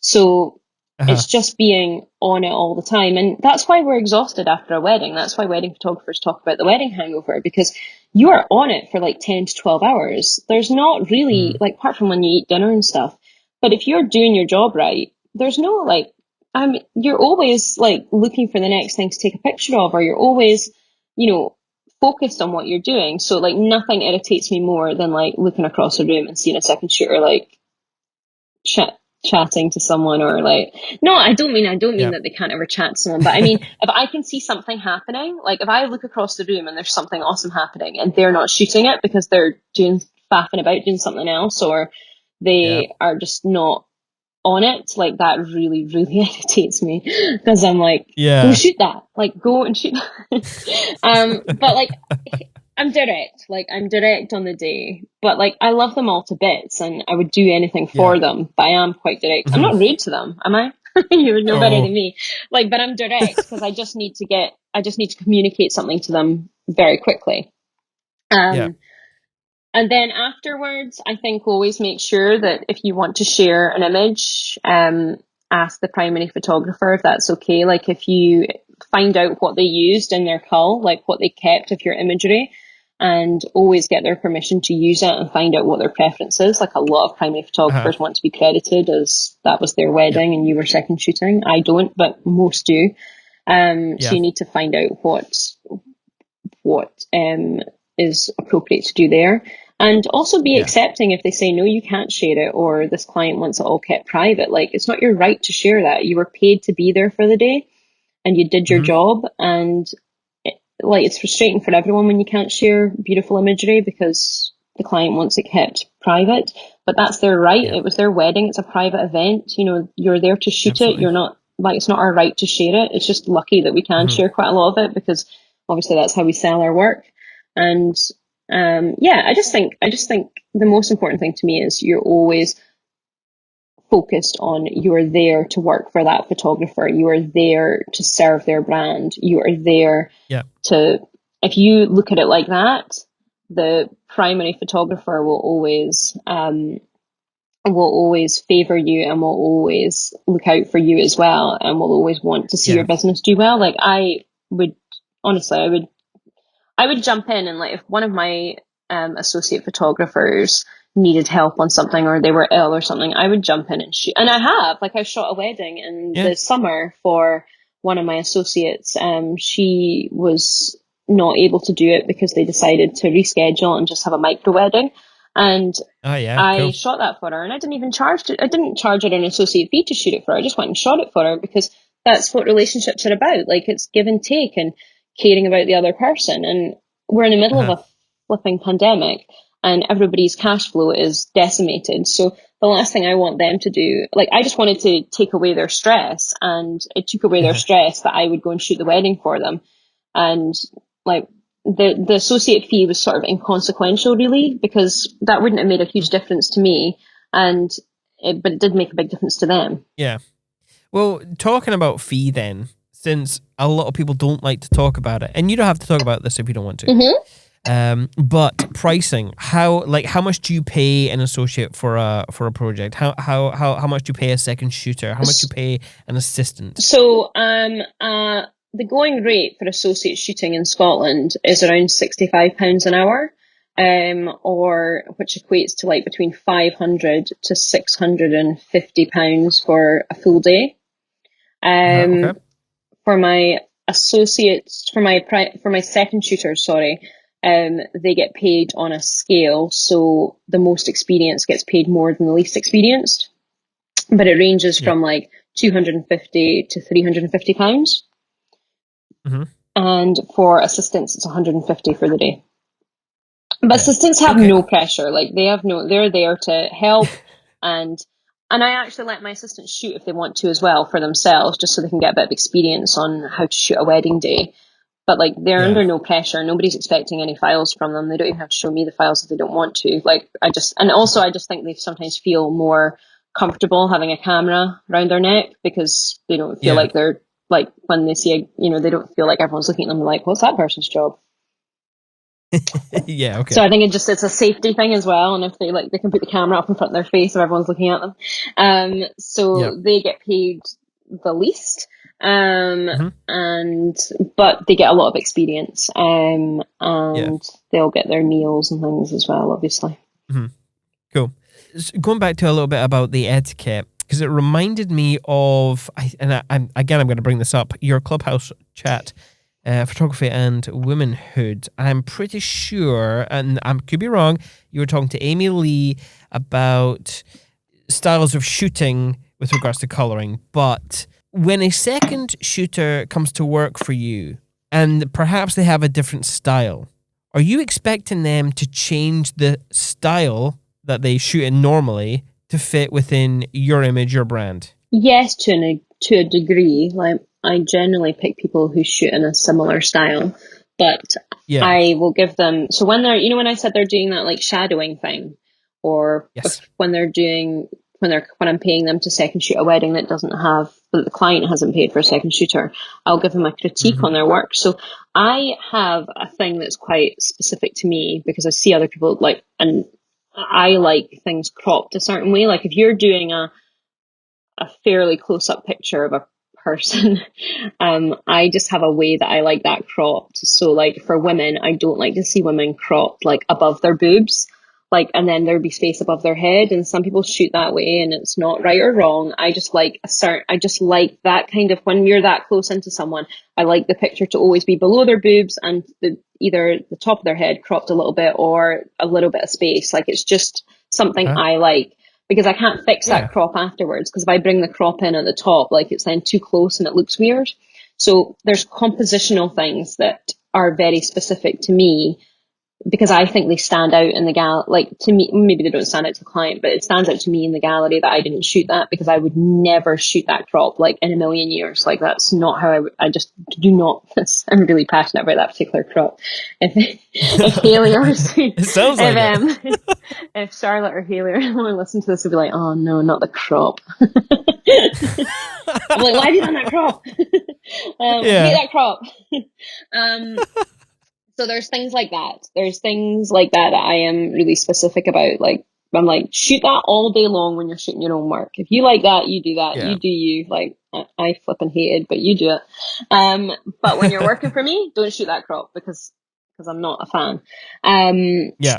And there are other things, like I will tell them to, like, I'll just give them critique on how they shot certain things. Like if they're missing focus more often than they should be when someone's walking towards them, like that's a really important skill to have as a wedding photographer, because we track focus on brides walking up aisles and couples walking back down aisles. So I mean, it's Yep. not necessarily a skill set you have if you've studied photography in college or something, to track focus of someone as Yeah. they walk towards you. Because, I mean, you don't need to get it bang on every time, I don't suppose, but you do as a wedding photographer, because you need to have enough usable images from that, and you can't ever redo it.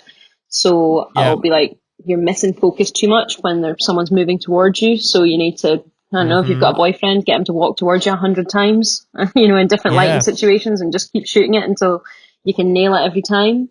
Yep. That's a top tip right there, and that's coming from videographers who quite often manual focus, brides walking down the aisle. Yeah, you can never redo that if that's not done No. right. Like that's a massive mistake. They have in fact, like for a documentary photographer, what I do is very formulaic. I mean, not the way we shoot the couples, but there are certain things, like, go back to it, people are paying me a lot of money, they expect certain things. So there are certain things that they have to get, like when they get to the venue, like certain establishing shots that I need them to get, and they need to be shot in a certain way, and I need to have a mixture of portraits and landscapes, and just the way that I like things done. Yeah. So there's that. I also have crops that I don't like when they're shooting. Like if they were shooting the guys before the ceremony and they were just getting like an informal picture of them all chatting or something, there's crops, like group crops, that I don't like as well. I'm really a bit of a stickler with the Crop old diva. crops, yeah. So but it's because I'm striving for a huge amount of consistency in my galleries. So my second shooters need to shoot that like I would shoot it, and that's why they come and train before they're fully fledged second shooters, so that's already Yeah. done and that they're already doing that. Like for example, confetti shots, I always shoot it in the same position, and my second shooters always shoot it on a different focal length in a different Yeah. position. So my second shooter will shoot it with an upward angle on a wider lens, and I shoot it on a 35 at my standing level. And that's Yep. so that we get variety in that shot.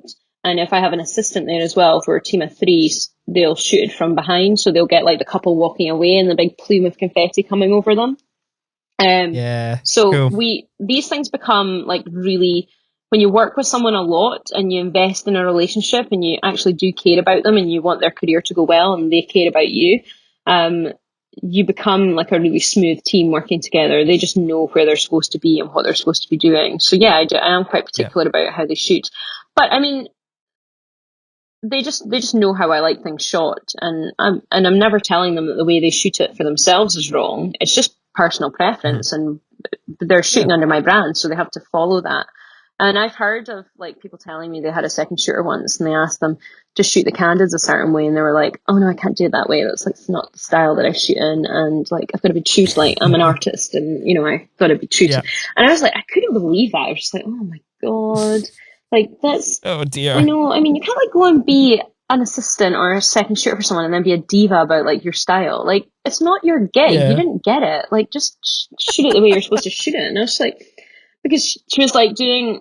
I think they were doing like all the candids like through prisms and stuff. Like doing really creative stuff. And like, Oh I yeah. mean, that's not Yeah. really what people want from their candid photography of their guests. They just wanted like nice, Yeah. clear pictures of their guests laughing and talking, and so they can get that feel of like how much everyone enjoyed the drinks reception. They don't necessarily want like really creative photography of that, like, and it all to be reflections or prism work, so, Yeah. and that's much inexperience, I think. That person probably doesn't do much second shooting anymore. Yeah, I was gonna say, if you want that, do some video work, because that's all video Yeah, I is. know. They should come and work with you guys. You'd have loved it. We love it. Reflections, tables, mirrors. Yeah. Yeah. I love that kind of stuff. So, and Come work for also, us. it might be that in their brand that works really well because that's what their clients want, because that's what they show. But they're not working for their brand, so they have to Exactly, suck it up and do what the main photographer wants. And then, I don't think I'm pretty prescriptive in terms of what they have to capture at certain parts of the day and where they need to be. Like, my second shooters all know that it's like imperative that they stand at the opposite side that I'm standing at when the bride walks up the aisle, because no, the same side. Oh my god. The same side. Yeah. Yeah. Okay. Because I need them to get the grooms. Sorry, they stand at the same side as I am, so I don't get them in my shot. Yeah. It's for two reasons. I Yeah, need you're not them to get cross-shooting. so I shoot at the opposite side. I'm standing at the opposite side of the groom, so that I can turn on my heel and get a picture of the groom's reaction if I need to, and also I've got a nice angle into the bride. And the second shooter is always at the exact same side I am, standing behind the last row of guests, to get the picture over the bride's shoulder of the groom's reaction as he watches her walk up the aisle. Now, that's a high pressure job, actually, because I mean, I used to be like, I'd be like, this is essential. This is really important. You must get this. And they were all like so stressed out. And I was like, it's not that bad. Like, you just have to be in that exact right position and you have to be ready to shoot it. And you need to make sure you have the right type of lens on, and you need to be able to get that and know that you're going to get it sharp. I was like, it's not an 85 job because it's not trustworthy on an 85. Oh yeah. So that's like, they all know that. Like, I don't need to tell them that anymore because they know that that's never not going to be their top priority at that time. And they know they need to be on the opposite side from me because I'll kill them if they're on the same side as me, sorry. Because if they're on the opposite side from me, I'm going to have to Photoshop them out the back of my pictures, which will make me sad. Yeah. Plus, they can't be there because that's where the videographer stands. Yeah. Yeah, but I'm talking about the back of the aisle. Joke. They're at the back of the aisle. Yeah, there is a videographer there probably there too, but they're... Well, usually if you're working with Greg and I, there's two of us. So one of them's by you, one of them's by your second. So I'm like, you need to like jostle with Greg and decide where he's going to be too. Because it's really important if the groom turns around, they get that reaction. But I'm also going to feel safe for that as well. Like, I'm at the opposite side of the groom already, so that if for some reason I think they might not have got it, or if I just want to, I can just turn around in a second to get his reaction from where I am. Yeah. And however, when I was heavily pregnant, like really heavily pregnant, I worked up to 38 weeks, and my last wedding, I had my baby like 3 days after the wedding.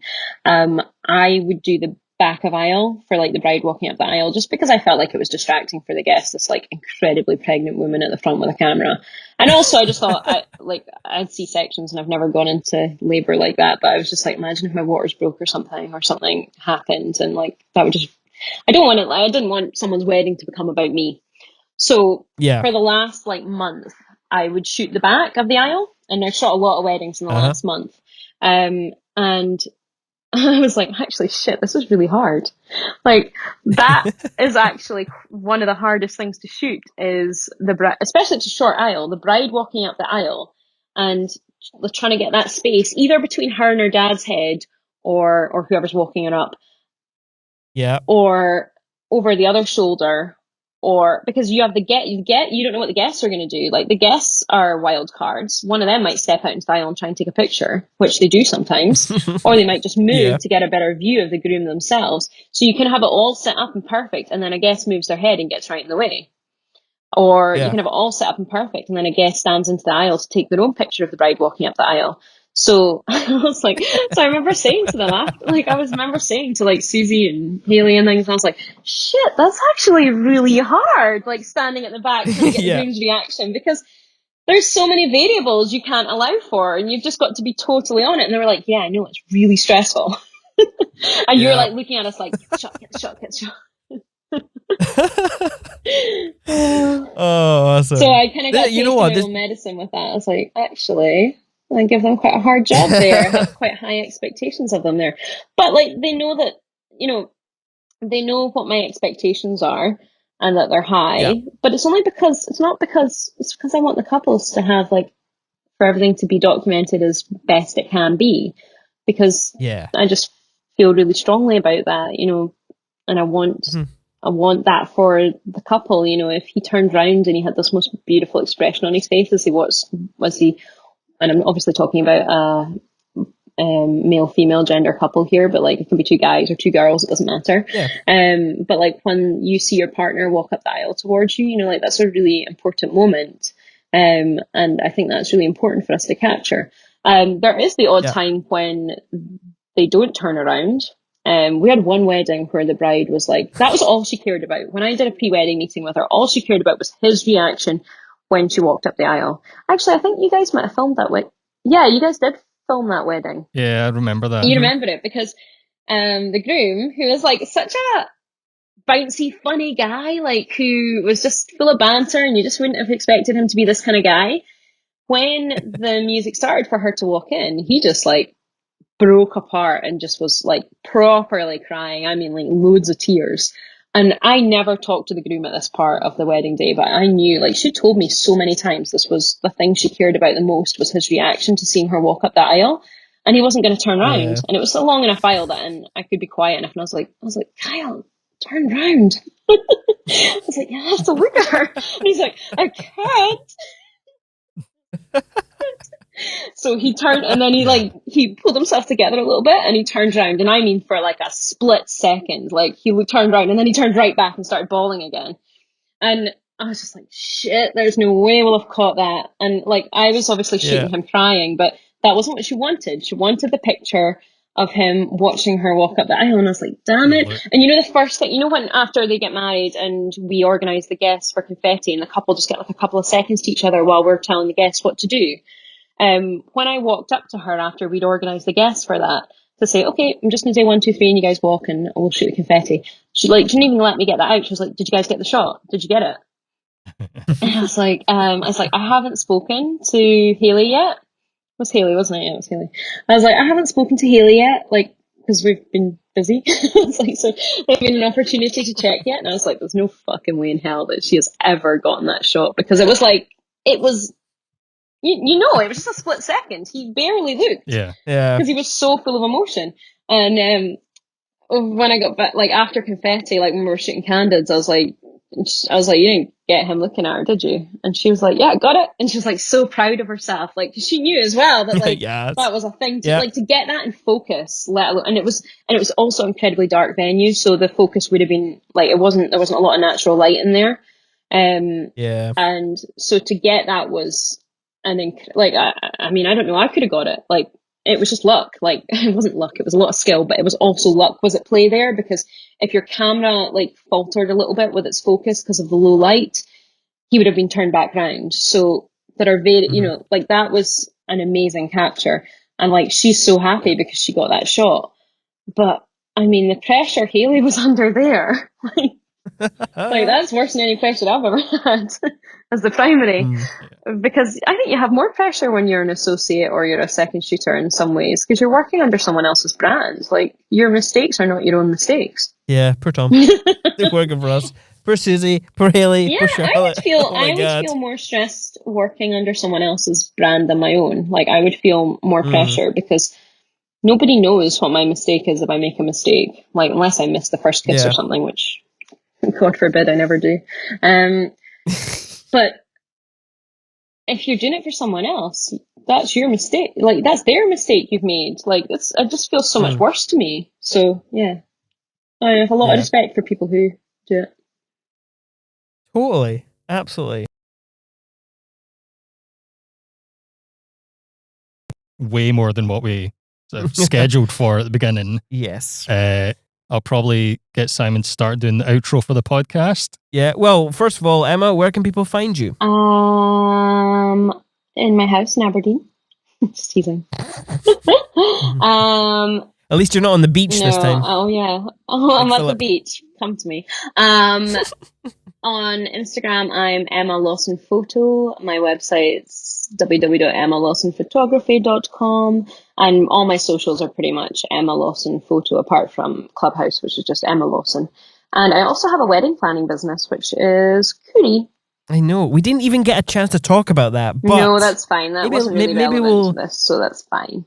True. But yeah. And well, talk about your Clubhouse stuff. So Kelly Quinn and I, who is a wonderful Scottish photographer and brilliant speaker. She's amazing. She's the best voice for Clubhouse. I love listening to her. We do a photography and womanhood room on a Monday and a Friday. And it's very broad in terms of our focus. We go with the flow. So we do it on a Monday because people have got the week ahead of them. We do it on a Friday because people are coming out of the week. And so we talk about where everyone's at, how everyone's doing. And the conversation will literally go in any direction based on what everyone's feeling or what's happening in the world at that time. So it's a really flexible room in terms of where it goes. And we just invite everyone up to talk. So it's not just us talking. Yeah, it really is. It's actually my favorite room to join. Aw, Simon. I really enjoy it. Even if I am in the hot tub and slightly inebriated, I still join in. Yeah, don't join in from the hot tub. Yeah, I shouldn't. It's just too noisy. Just too noisy. And we are Cinemate Films. You can find us on Instagram. You can find us at cinematefilms.co.uk. On Facebook, at Cinemate Films. And our Patreon as well. We hope you loved this episode. And if you did, join us on Patreon at Perspective by Cinemate, where for the price of a coffee every month, you can get access to the Clubhouse Q&As and Roundhouse discussions, and even more bonus content that won't be available anywhere else. If you don't have any money to give, that's okay. You can still hit that subscribe button and you'll get your podcast for free as usual. Maybe just consider leaving a review just for a shout out. However, in the meantime, enjoy your life.